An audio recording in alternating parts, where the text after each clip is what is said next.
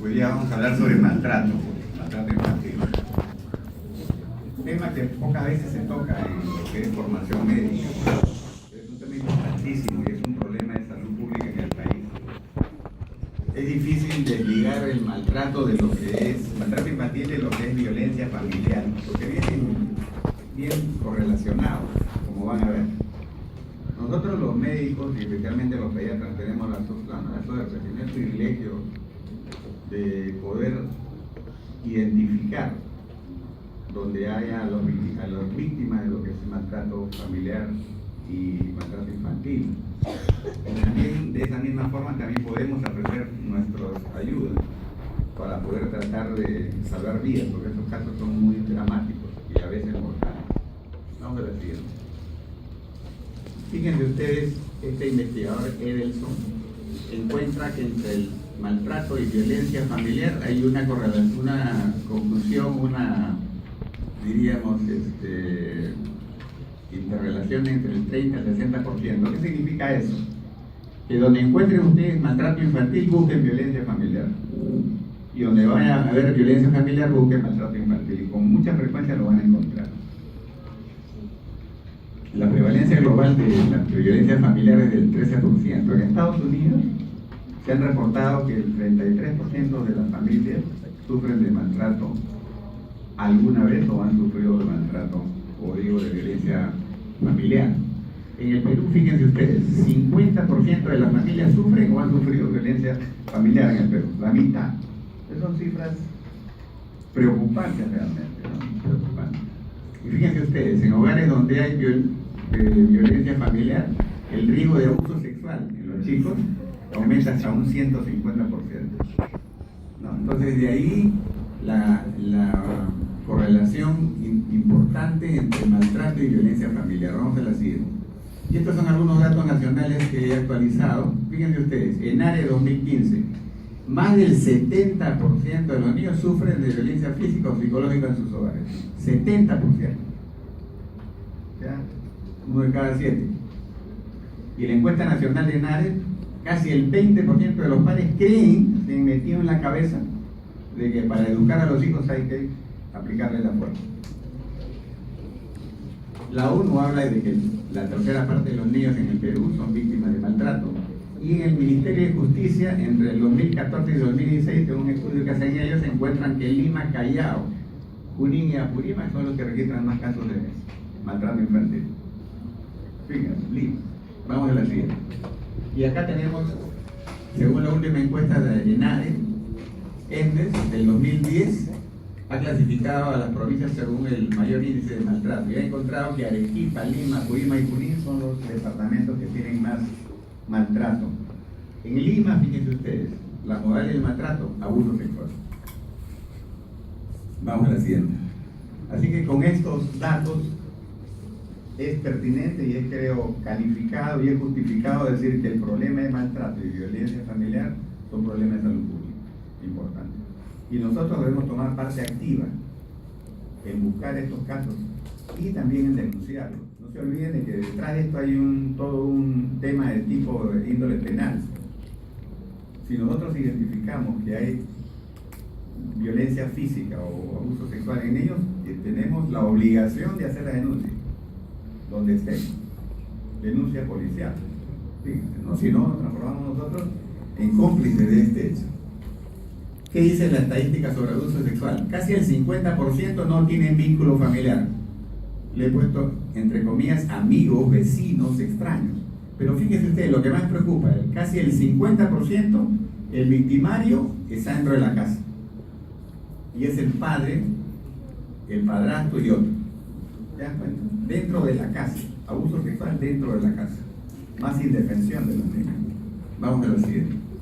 Y esta es la definición de la OMS del 2006, que no ha cambiado hasta ahora, no hay otra, en que define que es un maltrato físico, emocional, abuso sexual, negligencia y tratamiento negligente.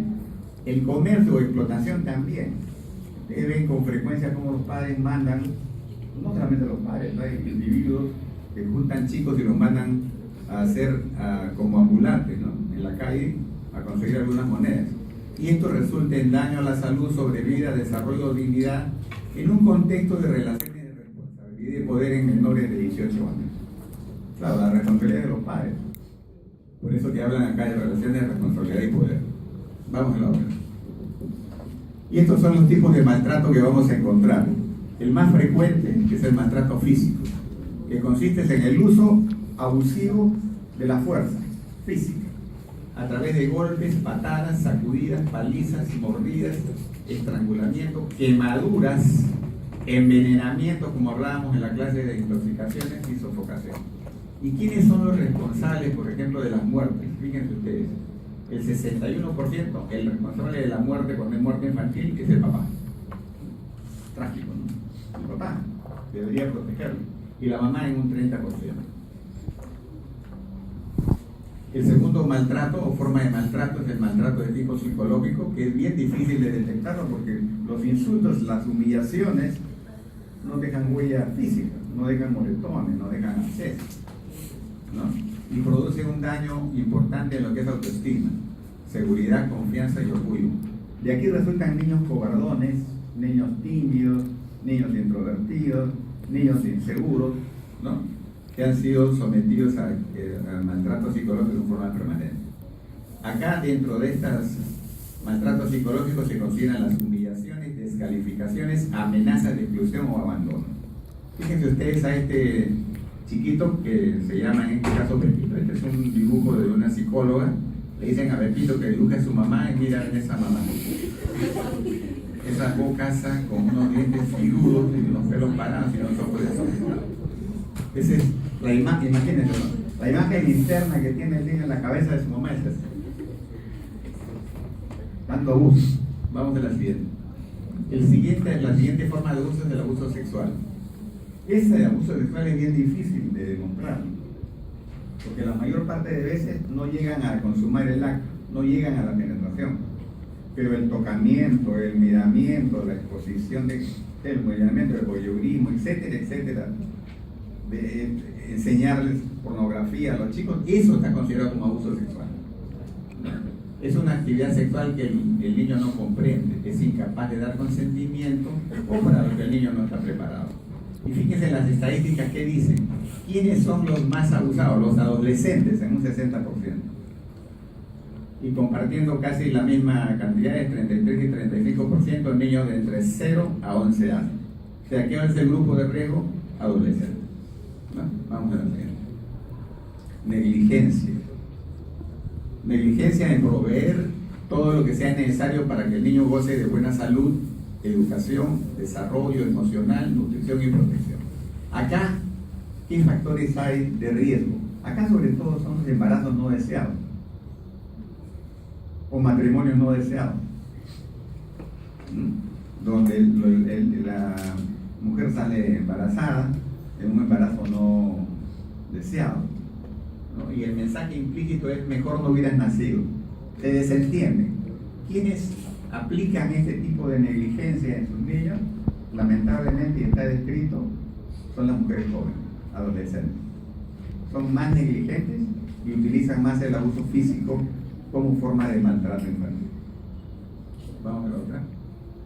Y esto es el tipo de maltrato, fíjense ustedes: a la cabeza, el maltrato físico, el emocional, el sexual y el abandono están más o menos parecidos, entre un 21, 19 y 18%. Hay un trabajo interesante sobre abuso sexual que se hizo en el Agustino. Se entrevistó a 130 familias, esto ha sido en el 2010. Una ONG que es Solidaridad, y no me acuerdo bien el otro nombre que tiene, pero es Solidaridad. Y quiso investigar cuáles eran los factores asociados, o sea, qué factores habían que hacían que hubiera la posibilidad de que ocurriera un abuso infantil sexual. Entonces ellos encontraron que el principal factor era la tuburización. Y dentro de la tuburización, el colecho, cama.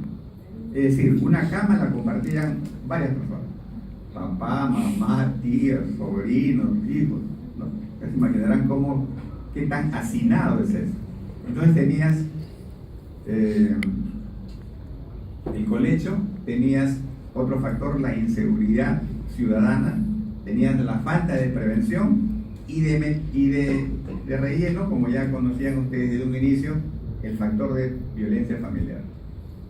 O sea, tuburización, colecho, violencia familiar, inseguridad ciudadana y falta de prevención, esos serán los factores asociados en esta familia del Agustino para que se produjera lo que es el abuso sexual. ¿Ya? Vamos a la otra. ¿Quién es el agresor? Fíjense ustedes. Madre biológica, 52%. Padre biológico, 36%. Padre no biológico, o sea, los padrastros o la madrastra, 4.5%. Y al final, los abuelitos que no castigan, ¿no? Que son engreidores los abuelitos, ¿no? Miren ustedes, el abuelito en 3.4%. ¿Qué tipo de maltrato acostumbra a hacer la madre, la mamá? Maltrato de tipo físico. Y en niños menores de 5 años. Y el papá, maltrato de tipo psicológico y en niños de entre 5 a 11 años. Bueno, vamos a la siguiente. ¿Hay factores en el niño que aumentan su riesgo para ser maltratado? Sí, hay varios factores. Entre ellos, si un niño ha nacido con bajo peso o es prematuro, tiene mayor posibilidad y mayor riesgo de ser maltratado. Una enfermedad crónica, imagínense ustedes un asmático persistente, no controlado, severo, un diabético que necesite su dosis de insulina, un chico con insuficiencia renal crónica, ¿no? Enfermedades crónicas que aumentan el riesgo de maltrato, defectos congénitos, cólico infantil.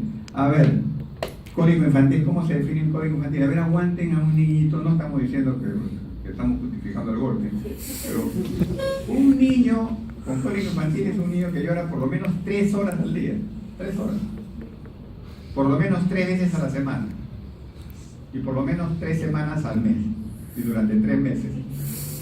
Hay que tener buenos pantalones, y hay que estar bien desarrollado, y hay que ser bien estable para poder tolerar, controlar esto. Por eso que fácilmente caen, y cólico infantil. Dificultades en la alimentación y niños con necesidades especiales, como niños con discapacidad física o parálisis cerebral, como este pequeñito acá que tiene una microcefalia. O niños hiperactivos, esos que van a la consulta y te quitan el estetoscopio, te jalan el teléfono, quieren escribir sobre tu recetario, te quitan el lapicero, etc. Esos niños fácilmente los golpean por la hiperactividad. No estamos justificando, estamos diciendo y explicando por qué sucede y por qué son considerados niños en mayor riesgo de ser golpeados o maltratados. Vamos a la siguiente. Y también hay factores en los padres que aumentan el riesgo de maltrato. Por supuesto, los padres también tienen algunos factores. El niño no está a la altura de las expectativas de los padres. El papá quería que no sean niños, sino que sean niñas, o al revés. Quería niña y le pareció un niño. El papá quiere que es ingeniero, quiere que su hijo tire cualquier cantidad de matemáticas en el colegio y se lo paran jalando. ¿No? Las expectativas no están a la altura de lo que pide el papá o los padres. Y esto, que es, lo he puesto en verde, que es el progenitor maltratado en su infancia. Busquen siempre en los abusadores en su infancia y van a encontrar que muchos de ellos han sido maltratados. Castigos corporales para disciplinar. Ya hemos visto casi el 18% piensan que el golpe enseña, educa. Pobreza, hacinamiento, hogar monoparental, madres solteras, aislamiento, abuso de alcohol, como este señor que está acá, abuso de alcohol y drogas, padres adolescentes, como les decía, los adolescentes tienen mayor frecuencia y mayores posibilidades, están en mayor riesgo de maltratar, no están preparados todavía.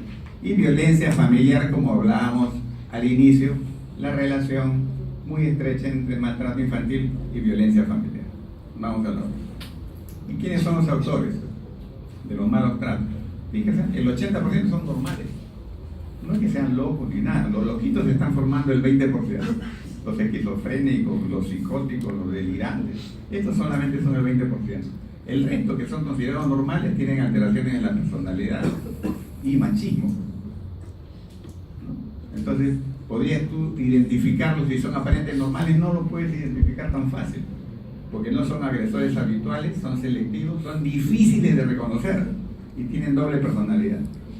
Así que ese señor abusado de su hijo, no, pero todas las mañanas salía temprano a comprar pan, me saludaba, me daba un besito, se portaba muy bien con mis hijitos, ¿no?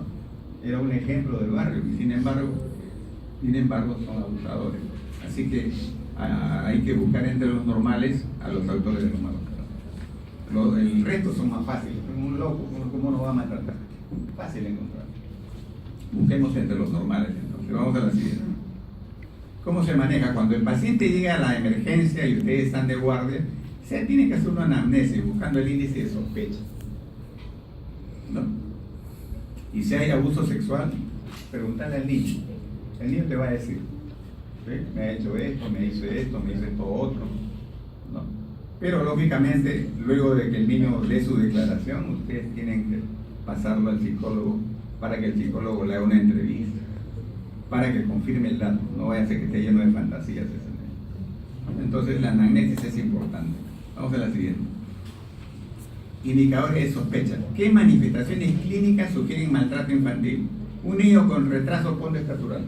Por ejemplo, padres negligentes, no le dan de comer al niño, o le dan cualquier cosa de comer al niño. Chicos que no crecen, ¿no? Pues ahí talla corta por deprivación, ¿te acuerdan? Talla corta por deprivación. Chicos que vienen con poca higiene, vienen todos sucios, malnutridos como este flaquito que está aquí, pobrecito. Caries dental extensa, no tienen ni siquiera para lavarle los dientes, le llenan la boca de caramelo, de galletas, no los alimentan bien, con tal que estén llenos de cualquier cosa que se llene, no importa. Plaquiocefalia o cabeza en forma de lancha, como este niño de acá. ¿Y por qué es eso? Porque el niño está tirado, pues. Es negligente, ¿no? Está tirado en la cama, no lo atienden, no lo levantan, no le ejercitan, nada, y el niño se le deforma la cabeza. Alopecia localizada. Las mamás vienen con mucha frecuencia y te dicen, doctor, se le está cayendo el pelito de acá de la parte de atrás de la cabeza, mi hijito. Claro que si lo tienes todo el día tirado en la cama, ¿cómo no se le va a caer el pelito? O alopecia localizada. Y cansancio, ¿no? Cansancio fácil. Vamos a la siguiente. Discordancia entre la anamnesis y la clínica. Lesiones sin testigos, sospechan de eso. No sé qué pasó, nadie lo vio, se cayó, se golpeó, se quemó. O traumatismo craneal o fracturas en niños que aún no caminan. Imagínense, ¿ustedes creen que un niño se puede de 8 meses, 10 meses, no sé, se puede fracturar el cráneo porque se cae? No. Entonces, esos traumatismos craneales o fracturas en niños que aún no caminan, sospechosos. Explicaciones cambiantes de lo que sucedió. Lesiones en forma de objeto. Hemos visto nosotros, por ejemplo, en la chicos que han llegado a la emergencia, con huellas de una plancha, así, como la plancha, hasta con la marca de la plancha. Y macos, otros, ¿no? O chicos que han sido sentados en ladrillo, ¿no? Lesiones en troncos o costillas. Es fácil que un niño se lesione en esta parte. Tienen que sacudir o apretarte, ¿no? Y infecciones de transmisión sexual en un niño o prepúbero o un adolescente que niega tener actividad sexual. Y lo que ya es un problema a nivel nacional, adolescente embarazada. ¿Tú has visto que ahora los chicos debutan apenas están siendo púberes? Y como los consecuentes del embarazo no deseados en adolescentes embarazadas. Vamos a la otra. ¿Y qué síntomas sugieren maltrato infantil? Como hablábamos, el retraso psicomotor, fracaso escolar no justificado, cansancio constante y desgano a niños que están deprimidos, miedo a ir a su casa. Nosotros teníamos en el hospital dos chicos, venían de Iquitos, tenían 13 y 12 años, que tenían hemofilia, los internamos porque estaban con hemartrosis. Y después de una semana de haber controlado todo, le íbamos a dar de alta y al día siguiente los niños amanecían nuevamente con sus hemartrosis. Bueno, se cayó, se golpeó. Otra semana más, se quedó internado. Seguía la semana, llegó la semana nuevamente, ya va a estar de alta y el día siguiente el niño amanecía nuevamente con hematómesis. Cuando nos dimos cuenta, los niños se golpeaban para no salir de alta. Y cuando hicimos intervenir ahí a psiquiatría y a psicología, las psicólogas habían interrogado a los chicos y los chicos no querían estar en su casa porque en el hospital estaban mejor. Comían, los bañaban, tenían amiguitos, jugaban, había psicólogos, había juegos, había todo. Así que ellos no querían estar, pues, miedo a ir a su casa. Regresión o retraso madurativo. Chicos que ya controlaban los esfínteres y dejan de controlarlos, se orinan nuevamente.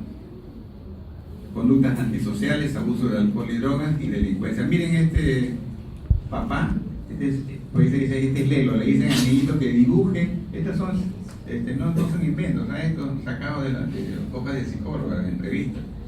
Dicen, dibuja tu papito, y al papito lo dibuja amarrado en 2 columnas, como Tupac Amaru, de los brazos y de las piernas. Este era un abusador sexual, y aquí le ha cortado el niño en su dibujo los genitales están en el suelo, miren. Acá, eso parece un tango. Este era un abusador sexual. Imagínate, dibuja tu papito, y antes dibujó la mamá con la bocaza, ¿no? Ahora mira, dibuja el papito. Vamos a la siguiente. Manifestaciones en la conducta de los padres. Falta de vacunaciones. Señora, ¿por qué no lo ha vacunado? No, que no tengo tiempo, que trabajo, que está muy lejos, que no sé con quién dejarlo. A ver, cuando tengan sus hijos, ustedes si ya los tienen, van a ver cómo se van a desesperar porque tengan al día todo. ¿No? Hasta obsesivos, yo creo que uno. Falta de vacunaciones, poca vigilancia, falta de atención y historia clínica contradictoria. Estas son manifestaciones en la conducta de los padres que te van a hacer sospechar, y ustedes tienen que tener en mente de que detrás de esto puede haber un maltrato. Vamos. Y en el examen clínico ya tienes a tu paciente en emergencia. Buscarás en la piel, como este chico que parece que hubiera peleado con un león, un gato, porque está todo arañado, raspado. Buscarán en la piel hematomas, quemaduras de límites rectilíneos. No se olviden que los papás con mucha frecuencia cogen cuchillos, lo calientan y con eso le queman, ¿no? Con cucharas calientes los queman. Entonces, quemaduras de bordes o de límites rectilíneos, y bien delimitados, bien sospechosos. Ahora, deben saber un dato ustedes. Si ustedes encuentran un niño que tiene hematomas en el cuerpo, los hematomas tienen periodos. Por ejemplo, si usted le dan un golpe, lo primero que va a aparecer en el hematoma es un hematoma de color negruzco o azul oscuro. Eso ocurre en las primeras 24 horas. Pero eso va a cambiar de color. Entre el primero y el quinto día ya no es negruzco y se pone rojo violáceo. Y del día 5 al día 7 se pone rojo púrpura. Y del día 7 al día 10 se pone verde, verdoso. Y entre las 2 semanas y 4 semanas se pone amarillo. Entonces, ¿para qué sirve esto? Tú examinas al niño, el papá te dice que se ha golpeado o acaba de golpearse. Tú lo examinas y encuentras hematomas que tienen color negruzco y por otro lado tiene amarillo, por otro lado tiene verde. Eso significa que ha sido golpeado en varios días. No te van a engañar. ¿Verdad? Quemaduras simétricas de bordes limitados, eczema, eritema del pañal, que es tan frecuente verlo, cicatrices múltiples, falta de limpieza y dientes, faltan piezas por arrancamiento. Vamos a verlo. El examen de vagina ya no es un examen difícil. Generalmente lo dejamos para que lo hagan los médicos legistas, salvo que sea muy evidente la cosa. Pero en general nosotros los pasamos al médico legista para que haga el examen de este tipo. O a veces pedimos el apoyo, como a veces sucede, de los ginecólogos, ¿no? Para que hagan un examen de los genitales, ¿no? Pero decirles que el examen normal de la vagina no descarta, como hablábamos anteriormente, el abuso sexual. Que el examen sea normal, tú no vas a decir a la señora, no se preocupe, no ha habido abuso sexual, no, ten cuidado. La integridad del himen y las lesiones, sobre todo en la orquídea inferior, son bien sospechosas de violencia, hematomas y heridas. Y el dato de orificio himenal grande que te dice que solamente es sospechoso. Un orificio himenal grande en los primeros 5 años es cuando mide más de 5 milímetros, y en los más de 9 años cuando mide más de 9 milímetros. Si le encuentras más de 5 y más de 9, tú lo único que puedes decir es sospechoso, no vas a decir que es abuso, es sospechoso. Y en el ano hay que examinar los pliegues, si están engrosados o ausentes, si hay fisuras, si hay dilataciones varicosas, y el tono del esfínter. Eso sí es importante, porque cuando hay abuso con penetración y en forma crónica, repetida, se pierde el tono del ano. Entonces, colocas a tu chiquito de costadito, del cubito lateral, con tus 2 manos abres, separa los glúteos de la altura del ano, separa con no mucha fuerza y ves que el ano se puede abrir, se abre, cuando pierde el tono. Entonces, encontrar un signo de la O porque se hace como un huequito. Positivo es encontrar un huequito o un anito mayor de 1.5 centímetros. Eso también es altamente sospechoso, por no decir que es un patognomónico de una violencia de tipo sexual anal. Y el desgarro anal profundo ya es diagnóstico. No va a ser un accidente que se desgarró internamente. Ya eso es escandalosamente cierto. Vamos a la otra. Y hay dos síndromes. Uno que le corresponde al papá, que es el síndrome del niño zarandeado o niño sacudido, o en inglés el shaking baby, ¿no? Eso habitualmente lo ocasiona el papá, no siempre el papá, y la víctima es un niño menor de 1 año, imagínate. Mira la mortalidad, porque está relacionado con hemorragias intracerebrales, mortalidad 40% con secuelas 70%. El papá no puede controlar al niño porque el niño está gritando y llorando y chillando. Entonces el papá lo carga al niño y empieza a pasearlo. Cuando empieza a desesperarse, lo empieza a sacudir y la cabeza del niño va para adelante y para atrás, para adelante y para adelante. Y en esa ir y venir se producen lesiones cerebrales hemorrágicas como esta hemorragia subaracnoidea que están viendo acá ustedes, ¿no? Se pueden producir hematomas subdurales, subaracnoideos. Generalmente no hay lesión externa. Tú ves el hematoma y no encuentras la fractura. ¿Qué pasó? Lo sacudieron. Llamas a oftalmología para que le hagan un fondo de ojo, porque a esta edad no es fácil hacerlo, con los chiquitos menos de 6 meses. Y va a encontrarle en el 85% de hemorragia retiniana. Entonces, si tú tienes una hemorragia intracerebral con hueso indemne y con una hemorragia retiniana, entonces tú dices, este es un niño sacudido, este es una violencia física, es una violencia terrible, este es un problema de policía, aparte de este problema médico. En cambio, vamos a la siguiente, la mamá tiene también su partecita, ¿no? La mamá es autora en el 90% del síndrome de Munchausen, o el síndrome de poderes que le llaman, ¿no? En que la mamá provoca en los niños que generalmente tienen menos de 3 años, provocan los síntomas. Por ejemplo, le pueden dar benzodiazepinas, le pueden dar laxantes, le pueden dar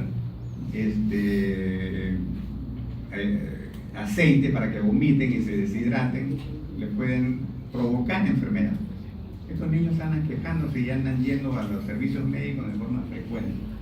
Y la que verdaderamente necesita ayuda no es el niño. En esencia no es el niño, sino es la mamá que está gritando a través del niño que necesita ayuda. ¿Ya? Ese es el síndrome de Munchausen. Aparentemente son amorosas, conocen terminología médica y fíjense, su nivel socioeconómico es medio y alto.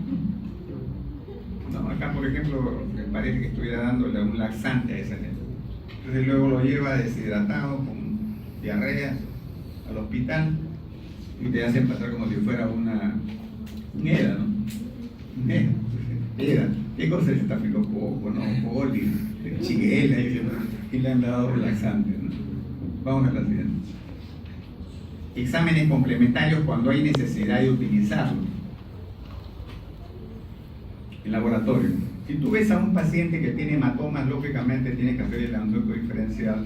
No vaya a ser que tenga pues alguna enfermedad hemorrágica, ¿no? Que es una plaquetopenia, una trombocitopenia, de repente es no sé, X enfermedad de la coagulación.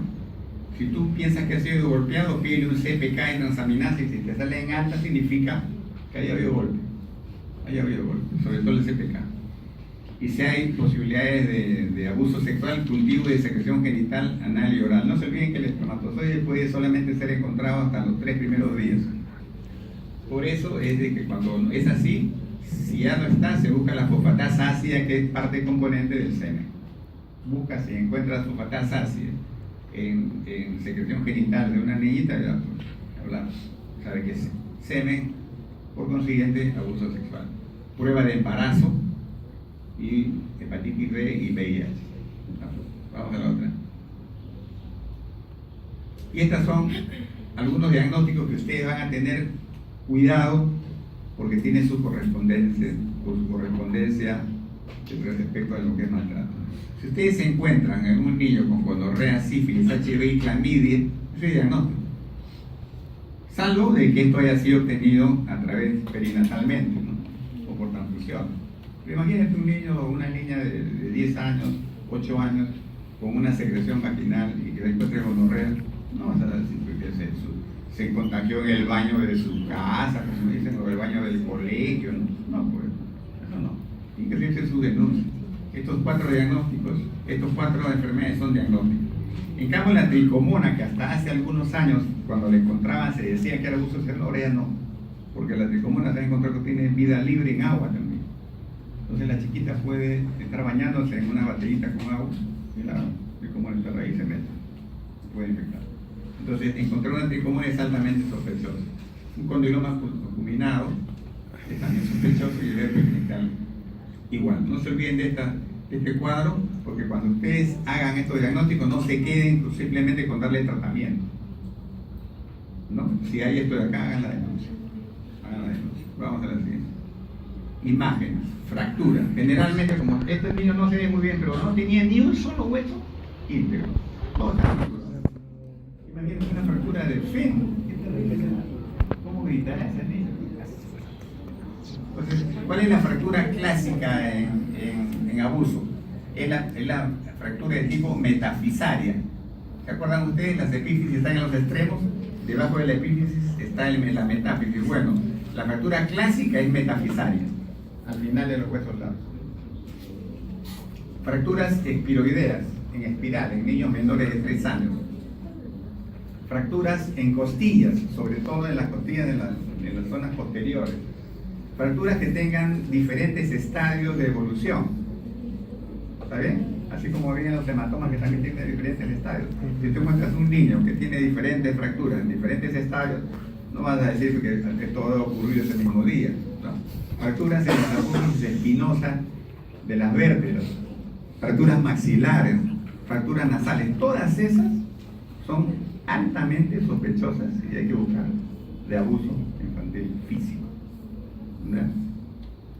Fracturas en cráneo de más de 3 milímetros, complejas, bilaterales, no parietales, y cuando tienes altamente sospecha porque el niño está con hematomas y en la radiografía no encuentras las fracturas, hazle una gamografía cuando no se vean los rayos. O sea, agota tu capacidad por poder hacer diagnóstico. Si lo encuentras con hematomas y con dolor y en la radiografía no hay nada, hazle su gamografía.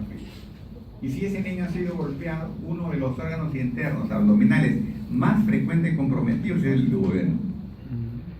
Los chicos pueden llegar a emergencia con cuadros obstructivos, porque el duodeno produce edema, obstrucción, cuadros obstructivos, oclusivos. Y no te va a decir nada, ¿no? Pero de repente encuentras un hematoma por ahí. Entonces, el duodeno es frecuentemente y es el órgano más frecuentemente comprometido en abuso físico a nivel del abdomen. Otras pruebas. Si tu niñito tiene menos de 2 años, no te olvides del síndrome del niño zarandeado. TAC cerebral, fondo de ojo y serie esquelética. Entonces, no se puede sostener que un niño que tenga menos de 2 años, que haya sospecha de abuso, no le hagas un TAC, un fondo de ojo y una serie esquelética. Busca. Vamos a la otra. ¿Cuál es el tratamiento? Lo ideal, lógicamente, cuando vienen por emergencia y son abusos severos, graves, abusos sexuales, es hospitalizarlo para sacarlo del ambiente donde se ha producido la agresión. Y para los que tienen suerte de tener en sus hospitales el servicio de MAMI, que es el módulo de atención materno, de maltrato infantil, que yo sé, por ejemplo, que en el hospital Los Llamas no tiene MAMI. Yo sé que el Hipólito Yrigoyen tiene una, me parece, ¿no? Hay hijos del Hipólito, tienen una. Hay algunos hospitales donde hay un grupo de profesionales que se encargan de lo que es el tratamiento de estos chicos de abuso con maltrato infantil, donde hay pediatras, psicólogos, psiquiatras, asistentes sociales, abogados inclusive. ¿No? En abuso sexual, ¿qué haces cuando estás frente a un abuso sexual? Estás con tu paciente en la emergencia de un abuso sexual. Primero, prevención de hepatitis B. preguntará si ha sido vacunado. Pues si ha sido vacunado no hay problema, pero si hay dudas, no sabes que ha sido vacunado, aplicas gamma globulina y la primera dosis de la vacuna. No te haces problema. Para descartar que no esté infectado por VIH, interconsulta con infectología, llama al infectólogo y que te dé la mano para ver cómo haces frente a este problema. Y para evitar las infecciones de transmisión sexual, ceftriaxona, para el caso de que haya habido gonorrea, metronidazol para tricomona, y según la edad, doxiciclina si tiene más de 7 años, o acitromicina en caso que esté pensando en clamidia. Entonces, sistemáticamente, cuando ha habido ese de acá, se le da estos 3 tratamientos: ceftriaxona, metronidazol. No espera los resultados. Le das ceftriaxona, metronidazol y doxiciclina o acitromicina. Con eso previenes las 3 causas más frecuentes de infecciones de transmisión sexual. Y lógicamente, si la niña está en edad de una niña púbera, la pastilla del día siguiente, que ustedes conocen muy bien, para prevenir el embarazo. Vamos a la otra. ¿Qué consecuencias trae el maltrato?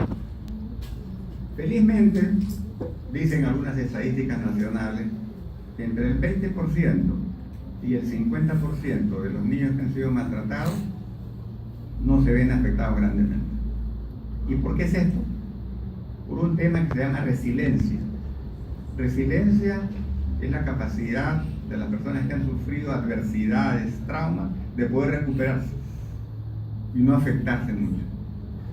Entonces, esa capacidad de recuperación hace que muchos de los niños abusados no les pase nada, o tengan cosas que no sean muy significativas. Las mujeres tienen más resiliencia que los hombres, se recuperan más fácil que los hombres. Pero hay 2 tipos de abusos que son terribles, del cual es bien difícil recuperar. Uno es el abuso sexual y otro es la negligencia. El abuso sexual, como dicen, la muerte del alma, y la negligencia, que es el abandono total del niño. Esos son 2 predictores negativos para que tu niño tenga consecuencias de maltrato. El niño puede resultar al final con agresividad, con drogadicción, con fobias, con ansiedad, con depresión. Aquí falta el estrés postraumático. Imagínate, sometidos a abusos psicológicos, físicos o sexuales, la repetición mental que se hace ese niño de ese episodio traumático, en lo que se llama el estrés postraumático, como los veteranos de guerra, ¿no? Una cosa así.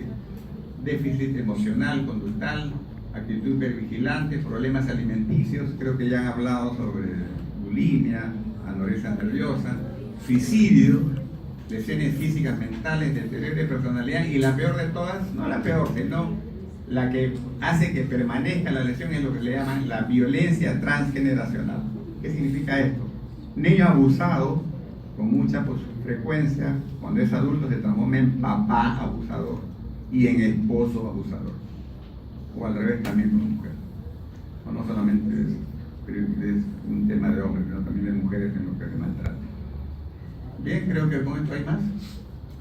Y no se olviden que tenemos un compromiso con este tema de lo que es el maltrato. A partir de ahora, por favor, vigilen, identifiquen a las víctimas, ayuden, hagan las denuncias respectivas. Bien, gracias.